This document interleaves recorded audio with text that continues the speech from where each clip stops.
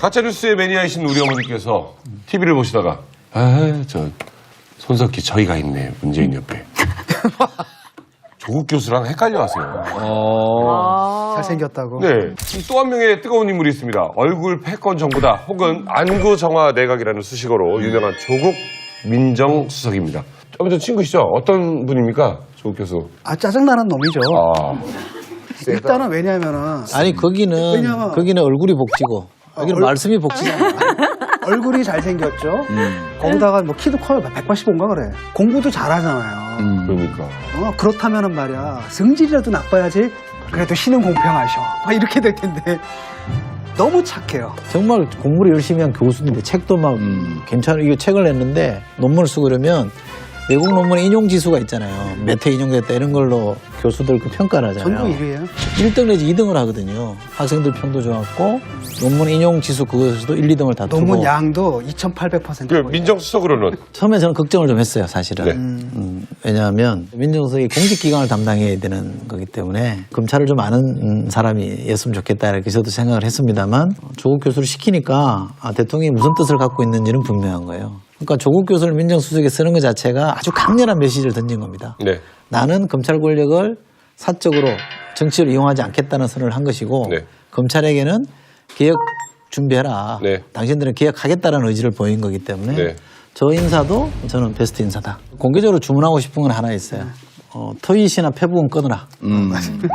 거기 있는 동안은 끊어야 됩니다. 왜냐하면 민정수석이 자꾸 이렇게 자기 얘기를 하기 시작하면 이게 완전히 또 스텝이 꼬이거든요. 저는 검찰 출신 아닌 사람이 민정수석 들어오면서 검찰 개혁하겠다라고 하는 이게 난 무척 높이 평가하는 게 2,000명이 넘는 이 검찰 조직 내에서 열심히 하는 사람들이 98%, 99%예요. 네. 그런데 그 1, 2%밖에 안 되는 정치 검찰들이 사실은 검찰을 다 망가뜨리는 건데 적폐청산이라고 하는 것을 자꾸만 인적청산으로 착각을 하고 누구를 찍어갖고 정치 보복하는 것으로 착각을 하는데 원래 검찰이 자신의 본연의 모습으로 돌아갈 수 있게끔 원칙에 근거해서 그것을 잡아주는 역할이기 때문에 오히려 검찰을 잘 알고는 그쪽 출신은 못합니다 이거를.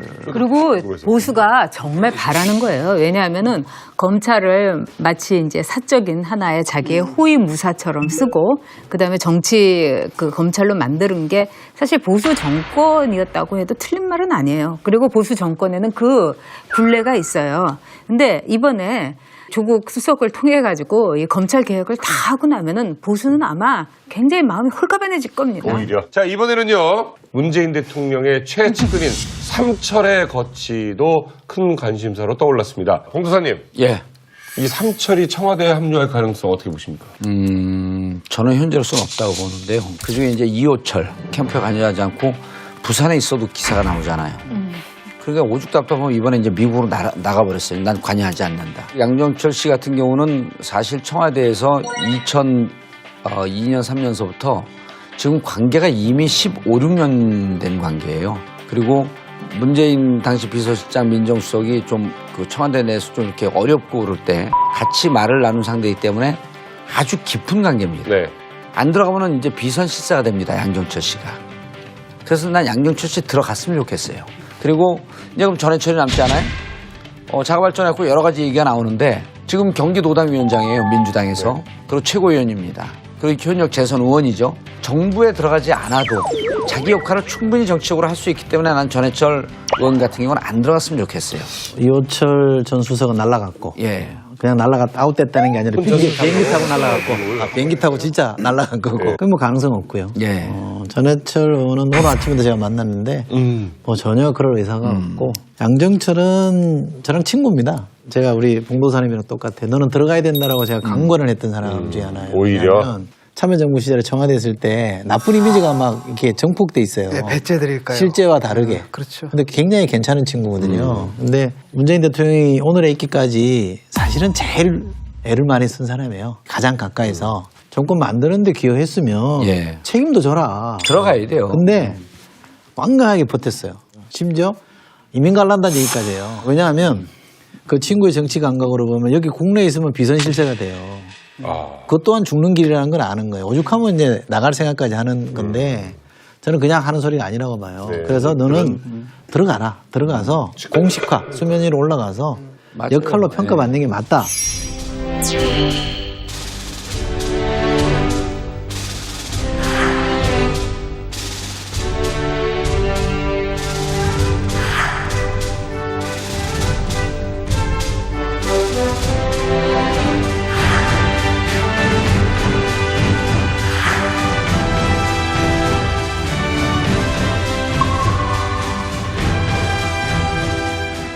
DJ 케이스를 벤치마킹 할 필요가 있어요. DJ가 정권 잡은 다음에 동교동계들 일절 임명제 임명은 안 했습니다. 그리고 비서진에 넣지 않았어요. 오히려 비서실장이 누구예요? 김중곤 씨.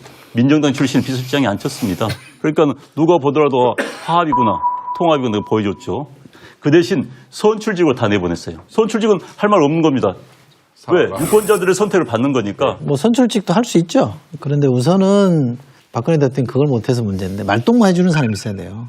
편하게 이런저런 얘기를 주고받을 수 있는 사람이 있는 게 굉장히 중요합니다. 이게 그 심리적 안정감을 주는 거거든요. 숨겨놓으면 더 말들이 나오잖아요. 대통령도 고민을 하실 것 같고 이 정부에 참여하는 많은 사람들이 아마 정리를 잘 해줄 거라고 저는 생각하는데 네. 과거의 잘못된 이미지 때문에 현재 그 사람을 재단하지 않고 좀 마음을 열어줬으면 좋겠다고 저는 생각해요. 자, 아직 남은 장관 인사에 대한 기대가 큽니다. 누리꾼들 사이에서는 진 교수님의 사랑 심상정 대표와 유승민 의원까지 거론이 되고 있습니다.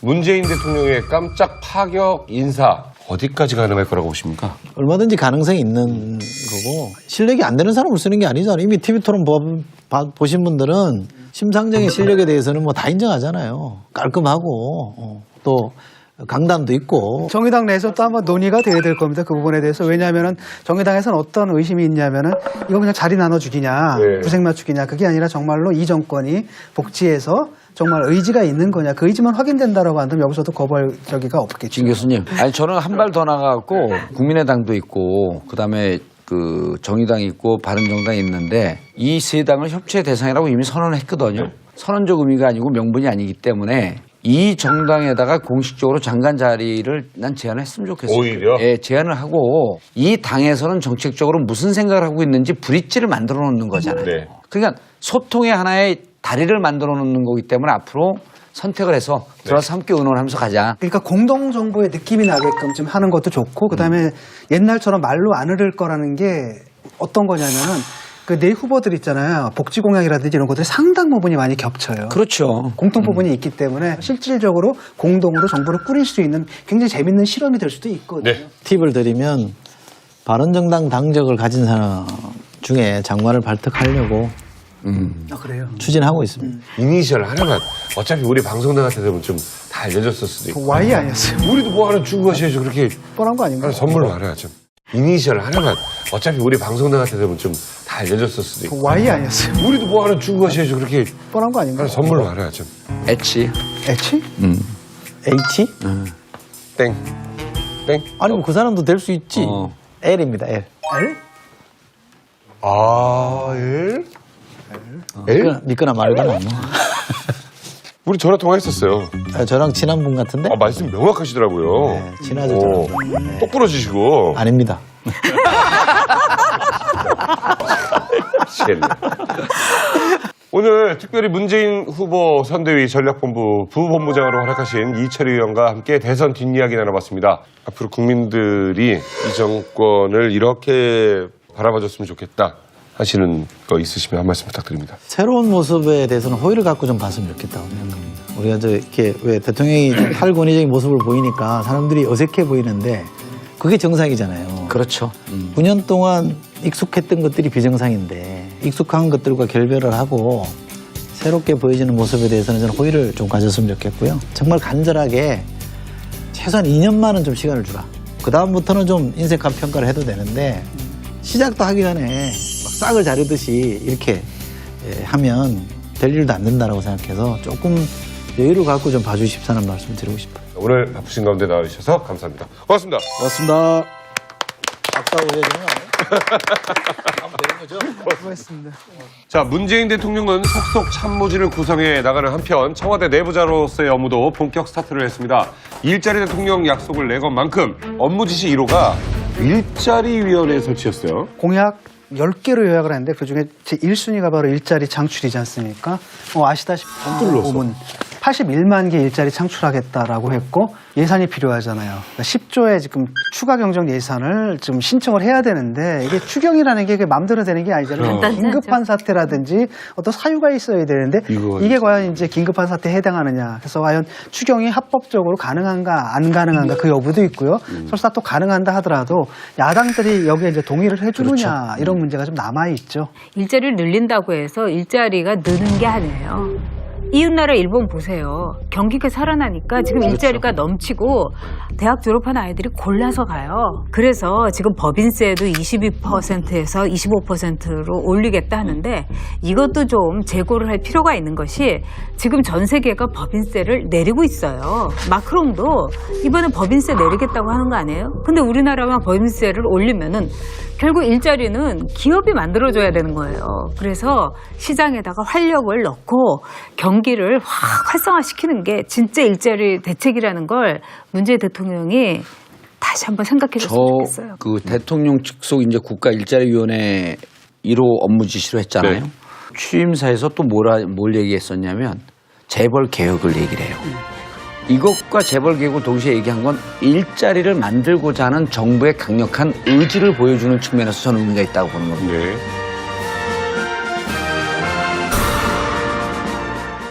앞으로 5년 내내 청년들의 일자리 문제, 좋은 일자리를 만드는 부분에 대해서 프라이어리티를 여기다 두겠다라고 하는 이러한 선언은 나는 의미는 좀 있지 않았겠냐 그 의미 이렇게 있죠. 보입니다. 그러니까 저는 일단은 문재인 대통령이 일자리 대통령이 되겠다. 저는 굉장히 바람직하다 봅니다. 현재 일자리 문제는 청년들에게는 모든 가치를 넘어선 가치입니다. 그렇죠. 그래서 대통령이 직접 챙기겠다는 의지를 보인다는 것은 오케이, 매우 좋습니다. 그런데 이제 또 하나는 사무실에다가 현황판을 만들어 놓겠다. 혹여나 대한민국 관료 시스템화에서는 현황판에 어느 부서에서 일자리 몇 개 만들어 타기 순간 관료들이 이제 숫자 노름하기 시작합니다.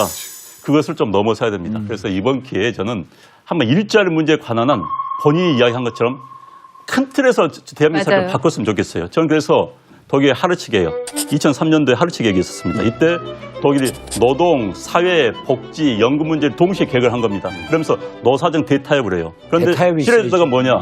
좌파 쪽 총리였습니다. 슈레더 총리는 그 개혁을 하고 나서 거의 사실 노조를 설득하는 거였거든요. 인기가 없을 수밖에 없어요. 왜? 고통을 감내해야 되는 거기 때문에. 그렇죠. 그래서 2년 후에 선거에서 졌습니다.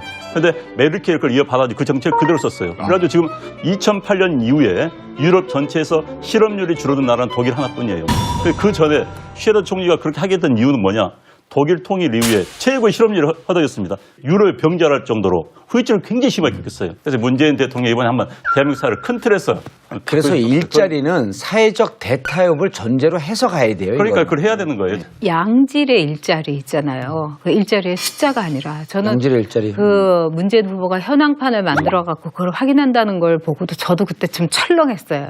근데 그런 전체적으로 숫자로 보여주는 게 일자리가 아니에요. 지금 원하는 거는 정말로 누구나 들어가고 싶은 직장, 누구나 평생 갖고 싶은 그 일자리거든요. 네. 그런 점에 있어서 일자리에 있어서의 질, 여기에 치중해야 될 거예요. 맞아요. 예. 공공 부분의 일자리를 늘리는 게 기업과 선순환 구조가 계속 돼줘야 돼요. 그러니까 공공이 앞장서면서 실질적으로 시장이 이 공공 일자리, 좋은 일자리를 만드는 부분에 조응하기 위해서는 비정규직 줄여줘야 됩니다. 같이 묶지 않으면 공공에서 양질의 일자리. 아무리 날고 뛴도 그게 뭐가 되겠습니까? 봐라. 비정규직을 아니 하려면 일자리가 생기려면 생산을 해야 되는데 문제는 생산을 많이 하면 뭐예요? 지금 그걸 사줄 사람이 없잖아요. 정규직, 그다음 비정규직의 차별 없애고, 그다음에 최저임금 상승하고 네. 이런 것들이 그저 비용만 되는 게 아니라 결과적으로는 기업의 내수로 좀 돌아오는 측면들이 있거든요. 결국은 일자리는 기업이 만드는 겁니다. 네. 기업이 일자리 만들 수 있도록 북돋우 친구 필요하고 또 비정규직 문제 해결하려면 또 노동시장 유연화도 맞물린 부분이에요. 그래서 아무튼 이번 기회에 노사정 대타협 다시 한번 있어야 되는 겁니다. 자, 그런가 하면 대북 안보관 관련해서 정말 수없이 많은 공격을 받았던 문재인 대통령 입장에서는 당선 후 첫 일정으로 자택에서 합참의장과 통화하는 모습을 보였습니다. 이게 꼭 필요한 근데 이거는 어느 나라나 이렇게 하는 거 아니에요? 국가 통수권. 왜냐하면은 예컨대 프랑스의 마크롱도 제일 먼저 뭐부터 받아냐면 핵가방 받아요. 통수권을 군 통수권을 이전을 받는 통수권부터 거죠. 먼저 받는 거거든요. 그렇기 때문에 첫 일정은 당연한 겁니다. 합참의장으로부터 안보 상황에 대해서 보고를 듣는 게 그냥 당연한 거라고 봐요. 갑자기 트럼프 대통령도 빨리 미국 오라고 그러고 시진핑도 오라고. 중국으로 오라고 예. 그러고 이거 이럴 때 좀 어디로 가야 좀 재야 되는 겁니다. 좀 곤란한 그렇게 겁니다. 한반도 남쪽의 이 지도자는요, 지정학적으로, 군사학적으로, 외교적으로 무척 중요한 위치고, 그 큰 고래 사이에서 돌고래 외교를 하게 되면 정말 좋은 위치에 있는 거예요. 그러니까 여기 6개월 동안 공백 아니었습니까? 트럼프도 얼른 자기들과 한미 동맹을 좀 더 강화하는 쪽으로 끌고 싶어 하고, 시진핑 한중 관계 좋은 쪽으로 끌고 싶어 하고, 이럴 때 이것을 정말 국민의 입장, 국익의 입장에서 잘 활용을 한다면 엄청난 외교적 자산을 얻게 되는 거죠. 근데 그런 걸 힘을 실어준 게 국민들이에요. 워싱턴 포스트 봤어요. 그 사설 보니까 뭐라고 나왔냐면 프랑스의 군중 정치 있죠. 그건 파퓰리즘이다. 근데 한국의 군중 정치 이건 파퓰리즘이 아니라 정말 민주주의고 성숙된 서구에서 민주주의다. 민주주의가 지금 위기에 처해 있는데 한국이 그걸 보여줬다. 그러니까 이렇게 당선된 대통령이거든요. 당연히 위상이 이제 높아질 수밖에 없고 함부로 못하는 겁니다. 그다음에 스탠스도 참 좋았어요. 왜냐하면 사드에 대해서 일단 반대를 했었잖아요. 네. 그러니까 중국 찾아가기가 참 좋습니다. 그다음에 이제 트럼프에 대해서도 이제 예컨대 협상 카드가 되는 거죠. 너랑 나랑 입장 다르다. 우리 한번 협상을 한번 해보자. 이런 태도가 되니까 지금 아주 좋은 거죠. 저는 그래서 네. 진 교수에게 굉장히 동의해요. 왜 그러냐면은 우리가 이제 누구를 그 신호로 쓰느냐가 참 중요하거든요. 근데 이제 미국이 오랫동안 이제 반공주의의 이제 흐름 속에서 그 당시에 이제 중공 레드 차이나하고 국교를 수립할 때 당시 대통령이 닉슨이었어요. 그때 이제 미국의 언론들이 어떤 얘기냐면 공화당의 닉슨이기 때문에 안심해도 된다. 즉 민주당이 아니라 완전 보수 정당인 이런 얘기를 했거든요. 제가 보기에는 이제 우리 국민들도 좀 전략적으로 이번에 문재인 대통령을 이용하면 될 것 같아요. 네. 즉 중국이라든가 또는 북한에는 문재인 대통령에 대해서는 상당히 호의를 가지고 그 신호를 다르게 받아들일 수 있는 거예요. 그런데 이제 어찌됐든 문재인 대통령 임기 중에 뭐 통일까지는 모르더라도 북한 핵 문제는 변곡점을 맞을 정도로 굉장히 중요한 시기입니다. 그렇죠. 그런데 굉장히 문재인 대통령은 굉장히 유리한 입장에 있어요. 트럼프라는 독특한 미국의 대통령을 맞이했다는 겁니다. 왜냐하면 지금 역대 과거에는 북한 핵 문제가 미국의 우선순위가 아니었어요. 지금 트럼프는 스스로 밝혀있듯이 본인 임기 뒤 해결하겠다는 겁니다. 그다음에 트럼프의 최대 장점이 뭐냐? 중국을 협박할 수 있는 결기가 있어요. 역대 오바마는 협박 못했습니다. 미중 관계를 깨면서까지 북한 문제 해결하려고 할 의지가 없었어요. 그렇지만 트럼프는 미중 관계 깨도 좋다. 니들이 안 하면 내가 나서 하겠다고 하니까 중국이 흔들린 겁니다. 사실 그동안 북한 문제에 있어서 가장 큰 걸림돌이었던 건 사실 중국의 자세였거든요. 중국이 우리가 아무리 이야기해도 앞에서는 알겠습니다. 뒤에서 안 하는 거예요. 그러니까 여기까지 온 겁니다. 그런데 이제 중국을 견제할 수 있고 중국 끌어갈 수 있는 트럼프가 있어요. 그렇기 때문에 뭐 트럼프가 좋다는 차원이 아니라 트럼프가 이용한 배를 최대한 탈 필요가 있는 겁니다. 타임즈에서 5월 호에 니고시에이터라고 하는 표지 모델을 썼단 말이에요. 협상가.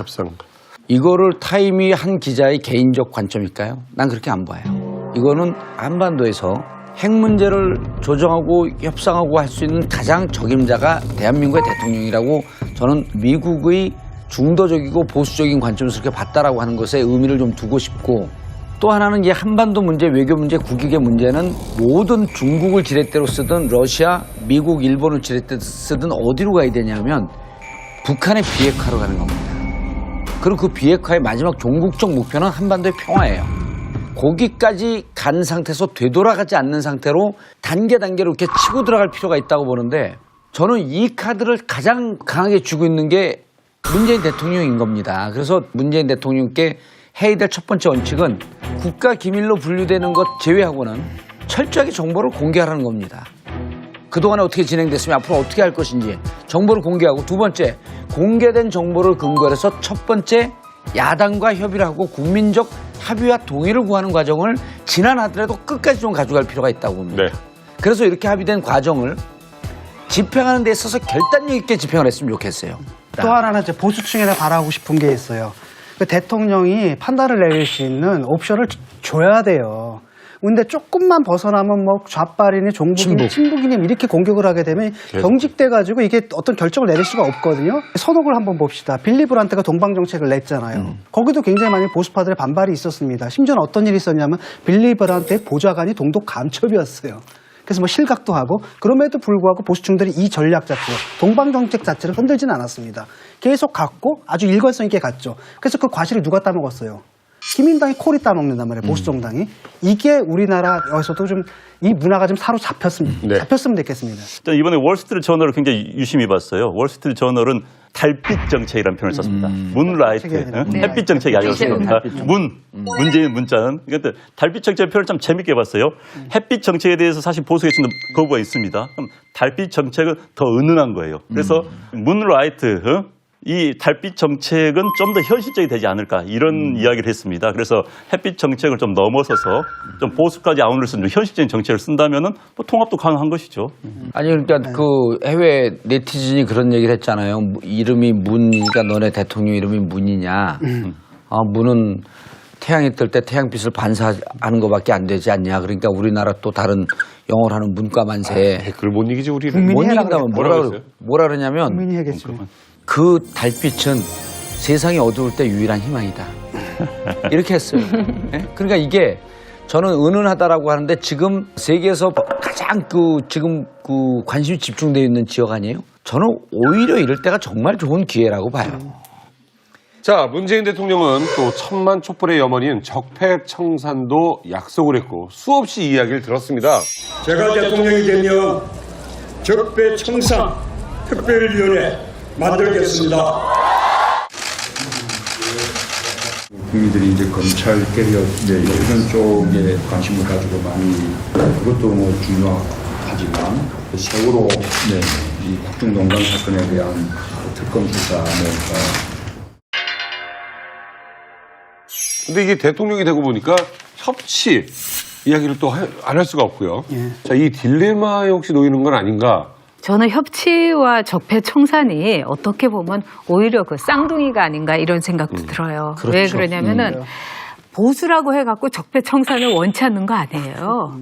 온 국민이 다 원하고 있어요. 근데 이 적폐 청산에 대해서 어머뜨거라 하는 사람들은 이것이 일종의 사사로운 복수혈전이 아닌가. 그렇죠. 정치적 우리 보복. 예. 정치사에서. 또 많이 봤잖아요. 네, 많이 그런 걸 봐서 그런 거죠. 그렇지만은 보수들도 이 사회의 그 폐단에 대해서 너무나 이제 진려하고 있고 알죠. 또 진보주의자들도 마찬가지예요. 그래서 불공정한 여러 가지 관행, 뭐 정말 사법부 그 재판하는 데에서 정관 이유라든가 이런 게 어떻게 이게 있을 수가 없는 거 아니겠어요? 네. 그래서 그런 거에 대해서는 적폐 청산을 오히려 문재인 대통령이 확실하게 한다면 저는 그걸 통해서 오히려 진보와 보수의 협치가 이루어질 수 저항이 있다. 있더라도. 아니, 저는 이 문재인 정부의 성격을 한마디로 규정을 하라고 한다면 적폐청산 선고로 탄생한 정권이에요. 뭐냐면 국정농단으로 인해서 탄핵을 하면서 국민들이 원했던 건 뭐냐면 국정농단 세력 같은 세력이 발붙일 수 없게끔 해주십시오 하는 거였었거든요.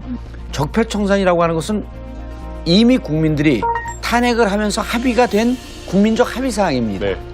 지금 적폐청산이라고 하면서 얘기하는 게 두 개가 뭐냐면 정경유착과 검찰개혁을 얘기했어요. 네. 박근혜 정부가 정경유착 때문에 무너진 거 아니에요? K재단, 미르스포츠 재단이? 이 부분에 대해서는 이미 국민적 합의가 도출이 된 거기 때문에 이건 진보 보수가 대한민국을 바로 법 질서가 지켜지는 사회로 만들겠다는데 이건 반대 사례는 없는 거죠. 네. 지금 보면은 사실 가장 핵심적인 게 일단은 검찰이잖아요. 그리고 또 하나 남은 게 아마 국정원, 그 다음에 이제 뭐 정경유착 그 부분들이란 말이에요. 재벌개혁 문제. 언론. 일단은 언론도 있고. 근데 다섯 후보 모두가 검찰 다 동의했죠. 개혁에는 다 동의를 했어요. 그 다음에 공수처 신설하는 데는 이제 홍준표 후보만 빼고 나머지 네 후보가 다 동의를 했다고 예. 했죠. 원하기만 하면 된다라는 겁니다. 사실은 적폐청산이라는 것은 어떤 인적 청산 이런 차원의 문제가 아니라 누구를 잡아서 처벌하는 문제가 아니라 시스템을 바로잡는 것이다. 그렇죠. 이걸 갖다 분명하게 보여주는 게 필요하고요. 모든 국민들이 지금 거기다 동의하고 있고 지금 지지하고 있고 오히려 이걸 못 해내면 아마 이 정권의 지지율이 떨어질 겁니다. 그런데 이제 일단 적폐청산이 국민의 합의가 됐다는 데만해서는 논란의 여지가 있을 겁니다. 현재 41.1%의 득표를 당선 대통령의 주장일 뿐이에요. 이 문제에 대해서는 우리 그걸 동의하고 가야 되는 겁니다. 그러나 전 적폐청산을 해야 된다고 보는 겁니다. 저는 개인적으로는. 그러니까 이 적폐청산이 국가의 기강을 바로 잡는 차원에서 이루어져야 되는 겁니다. 이게 정치적 보복을 해서는 안 되는 거고 설사 정치적 보복의 이미지를 줘서도 안 되는 겁니다. 이건 통합에 지극히 줘야 되는 행동이에요. 그런데 이제 혹여나 제가 우려하는 것은 시스템을 바로잡는 이름 하에 정치적 보복이 있을 수도 있다는 우려가 듭니다. 그 문제에 대해서는 대통령이 미리 밝혀야 될 거예요. 그다음에 조급하면 안 돼요. 이 적폐청산이라는 것도 큰 틀에서 멀리 보고 해야 되는 거지 단기적인 정말 업적에 치우치다 보면 대한민국 찢어놓습니다. 난 시스템에서 아주 정교하게 접근을 해야 된다. 그렇지 않고서는 오해의 서지가 있을 수 있다. 사회적으로 합의가 가장 쉽게 되는 부분서부터 접근을 해야 돼요. 이 정부가 신뢰를 획득을 해야 됩니다. 이전의 정부에서 적폐청산한다고 합시고 과거 정부를 털면서 인적 보복을 하거나 정치적 보복을 하는 이런 것이 아니고 가장 가장 합의가 이루어질 수 있는 부분에 대해서 먼저 시작을 하자. 네. 저는 그게 검찰 개혁이라고 봅니다. 근데 이제 합의가 안 된 부분에 대해서 들어갈 수가 있습니다. 그렇기 때문에 각 당과의 협치가 그렇게 중요하다고 보는 거예요. 네. 인적청산이 아니라고 하지만 만약에 국정원 같은 것은 구조를 개혁한다고 했을 때 인력이 좀 축소되거나 이럴 가능성들이 있는 거잖아요. 아니 근데 국정원도 걱정할 필요는 없어요. 왜요? 지금 다들 어제 알고 있었는데. 서원 그 내정자가 그분은 이제 국정 오래 근무했던 사람 아닙니까? 네. 정치 개입을 제가 막아주기를 바라는 국정원 직원들이라는 거예요. 정권 바뀔 때마다 눈치 보고 잘리고 하는 거 싫은 겁니다. 그러니까 이건 거죠? 통치권자 대통령의 의지입니다. 대통령이 국내정 이용하지 않겠다 하면 국정원 할 수가 없는 거예요. 그건. 그런데 역대 대통령들이 선거 공약 때는 자, 국정원 정치개입 않도록 하겠다. 하지만은 실제 대통령이 되는 순간 굉장히 달콤한 과자입니다. 그래도 고급 정보 들어오는 거니까. 몸에는 안 좋지만 달콤한 거예요. 그러니까 그걸 정보. 쓰는 겁니다. 거기에 매료를 당하는 겁니다. 그럼 계속 빠지는 거예요. 그래서 통치권자가 끊어버리면은 나 안 쓰겠다. 보고 올리지 마. 하면 정치 개입 할 이유가 없는 거예요. 노무현 대통령 때 사실 국정원사 독대를 좀 없앴잖아요.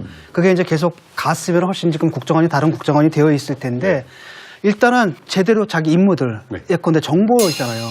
북한에서 미사일 쏘는데 잘 모르고 핵실험하는데 모르고 뭐 이러고 그다음에 심지어는 뭡니까 인도네시아 그 왔을 때 그 저 숙소 뒤지다가 걸려가지고 호텔 직원한테 잡혀요. 도청하다가 걸리고. 이게 말이 되는 겁니까? 그 다음에 또 한다는 게 뭐냐면 진중권 트위터 올릴 때 댓글 쓰는 부대 양성하고 이런 게 뭐냐라는 거예요. 솔직히 말하면 국정원 직원들도 자기가 정말 국가정권이 돼가지고 이런 일을 한다는 거에 자랑스러운 대해서 직업인데. 느닷없이 깔때기를 날리고 깜짝 놀래요. 네.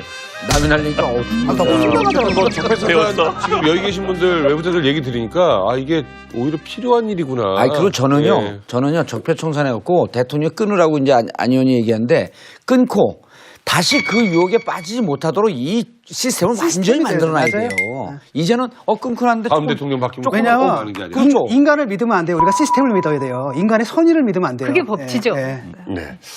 자, 불과 2달 전에 이곳에 앉아서 야자 타임을 허락하셨던 분이 청와대 내부자로 입성했습니다. 정말 뭐 감회가 새롭습니다. 이거를. 그리고 보수가 정말 바라는 거예요. 왜냐하면은 검찰을 마치 이제 사적인 하나의 자기의 호위 무사처럼 쓰고 그다음에 정치 그 검찰로 만드는 게 사실 보수 정권이었다고 해도 틀린 말은 아니에요. 그리고 보수 정권에는 그 굴레가 있어요. 근데 이번에 조국 수석을 통해 가지고 이 검찰 개혁을 다 하고 나면은 보수는 아마 굉장히 마음이 홀가분해질 겁니다. 오히려. 자, 이번에는요. 문재인 대통령의 최측근인 삼철의 거취도 큰 관심사로 떠올랐습니다. 홍도사님, 예. 이 삼철이 청와대에 합류할 가능성 어떻게 보십니까? 저는 현재로서는 없다고 보는데요. 그중에 이제 이호철 캠프에 관여하지 않고 부산에 있어도 기사가 나오잖아요. 그러니까 오죽 답답하면 이번에 이제 미국으로 나가버렸어요. 난 관여하지 않는다. 양정철 씨 같은 경우는 사실 청와대에서 2002년, 3년서부터 지금 관계가 이미 15, 16년 된 관계예요. 그리고 문재인 당시 비서실장 민정수석이 좀 그 청와대 내에서 좀 이렇게 어렵고 그럴 때 같이 말을 나눈 상대이기 때문에 아주 깊은 관계입니다. 네. 안 들어가면은 이제 비선실세가 됩니다. 양정철 씨가. 그래서 난 양정철 씨 들어갔으면 좋겠어요. 그리고 이제 그럼 전해철이 남지 않아요? 자가발전했고 여러 가지 얘기가 나오는데 지금 경기도당위원장이에요. 민주당에서. 그리고 최고위원입니다. 그리고 현역 재선 의원이죠. 정부에 들어가지 않아도 자기 역할을 충분히 정치적으로 할 수 있기 때문에 난 전해철 의원 같은 경우는 안 들어갔으면 좋겠어요. 이호철 전 수석은 날라갔고 예. 그냥 아웃됐다는 게 아니라 비행기 타고 날라갔고 비행기 타고 진짜 날라간 거고 그건 뭐 가능성 없고요. 예. 전해철 의원은 오늘 아침에도 제가 만났는데 뭐 전혀 그럴 의사가 없고 양정철은 저랑 친구입니다. 제가 우리 봉도사님이랑 똑같아. 너는 들어가야 된다라고 제가 강권을 했던 사람 중에 하나예요. 오히려? 왜냐하면 참여정부 시절에 청와대 있을 때 나쁜 이미지가 막 이렇게 정폭돼 있어요. 네, 배째드릴까요? 실제와 다르게. 그렇죠. 근데 굉장히 괜찮은 친구거든요. 근데 문재인 대통령이 오늘에 있기까지 사실은 제일 애를 많이 쓴 사람이에요. 가장 가까이서 정권 만드는데 기여했으면 예. 책임도 져라. 들어가야 돼요. 근데 완강하게 버텼어요. 심지어 이민 갈란다는 얘기까지 해요. 왜냐하면 그 친구의 정치 감각으로 보면 여기 국내에 있으면 비선실세가 돼요. 그것 또한 죽는 길이라는 걸 아는 거예요. 오죽하면 이제 나갈 생각까지 하는 건데 저는 그냥 하는 소리가 아니라고 봐요. 네. 그래서 너는 들어가라. 들어가서 공식화, 수면 위로 올라가서 맞아요. 역할로 평가받는 게 맞다.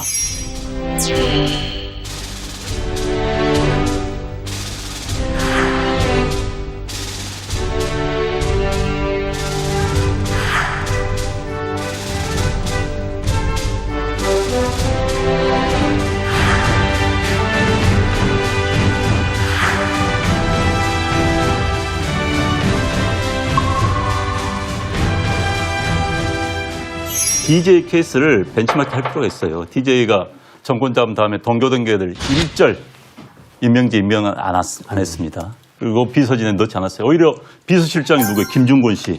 민정당 출신 비서실장이 앉혔습니다. 그러니까 누가 보더라도 화합이구나, 통합이구나 보여줬죠. 그 대신 선출직으로 다 내보냈어요. 선출직은 할 말 없는 겁니다. 왜? 유권자들의 선택을 받는 거니까. 뭐 선출직도 할 수 있죠. 그런데 우선은 박근혜 대통령이 그걸 못해서 문제인데 말동무 해주는 사람이 있어야 돼요. 편하게 이런저런 얘기를 주고받을 수 있는 사람이 있는 게 굉장히 중요합니다. 이게 그 심리적 안정감을 주는 거거든요. 숨겨놓으면 더 말들이 나오잖아요. 대통령도 고민을 하실 것 같고 이 정부에 참여하는 많은 사람들이 아마 정리를 잘 해줄 거라고 저는 생각하는데 네. 과거의 잘못된 이미지 때문에 현재 그 사람을 재단하지 않고 좀 마음을 열어줬으면 좋겠다고 저는 생각해요. 자, 아직 남은 장관 인사에 대한 기대가 큽니다. 누리꾼들 사이에서는 진 교수님의 사랑 심상정 대표와 유승민 의원까지 거론이 되고 있습니다.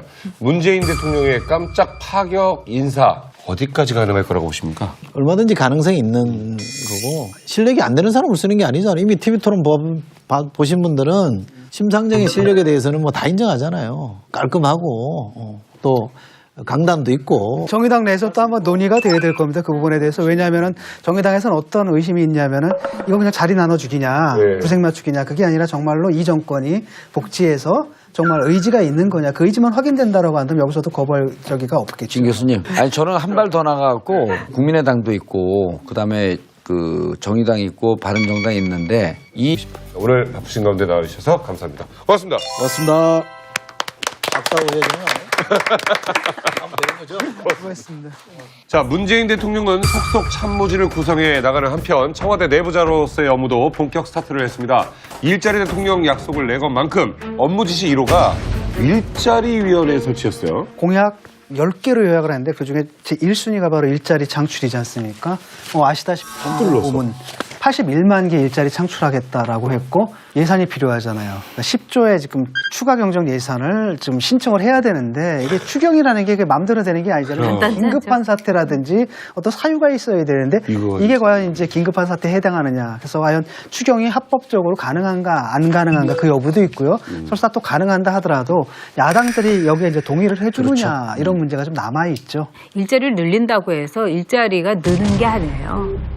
이웃나라 일본 보세요. 경기가 살아나니까 지금 일자리가 넘치고 대학 졸업한 아이들이 골라서 가요. 그래서 지금 법인세도 22%에서 25%로 올리겠다 하는데 이것도 좀 재고를 할 필요가 있는 것이 지금 전 세계가 법인세를 내리고 있어요. 마크롱도 이번에 법인세 내리겠다고 하는 거 아니에요? 근데 우리나라만 법인세를 올리면은 결국 일자리는 기업이 만들어줘야 되는 거예요. 그래서 시장에다가 활력을 넣고 경기를 확 활성화시키는 게 진짜 일자리 대책이라는 걸 문재인 대통령이 다시 한번 생각해 줬으면 좋겠어요. 그 대통령 직속 이제 국가일자리위원회 1호 업무 지시로 했잖아요. 네.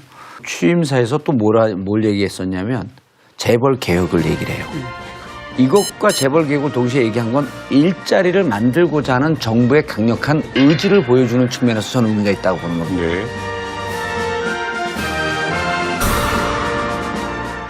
앞으로 5년 내내 청년들의 일자리 문제, 좋은 일자리를 만드는 부분에 대해서 프라이어리티를 여기다 두겠다라고 하는 이러한 선언은 나는 의미는 좀 있지 않았겠냐 그 의미 이렇게 있죠. 보입니다. 그러니까 저는 일단은 문재인 대통령이 일자리 대통령이 되겠다. 저는 굉장히 바람직하다 봅니다. 현재 일자리 문제는 청년들에게는 모든 가치를 넘어선 가치입니다. 가짜뉴스의 매니아이신 우리 어머니께서 TV를 보시다가 저 손석희 저희가 있네 문재인 옆에 조국 교수랑 헷갈려하세요.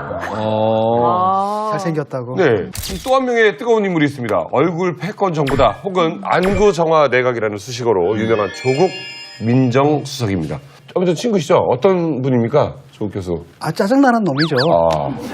세다. 일단은 왜냐면은 아니 거기는 얼굴이 복지고 여기는 말씀이 복지잖아.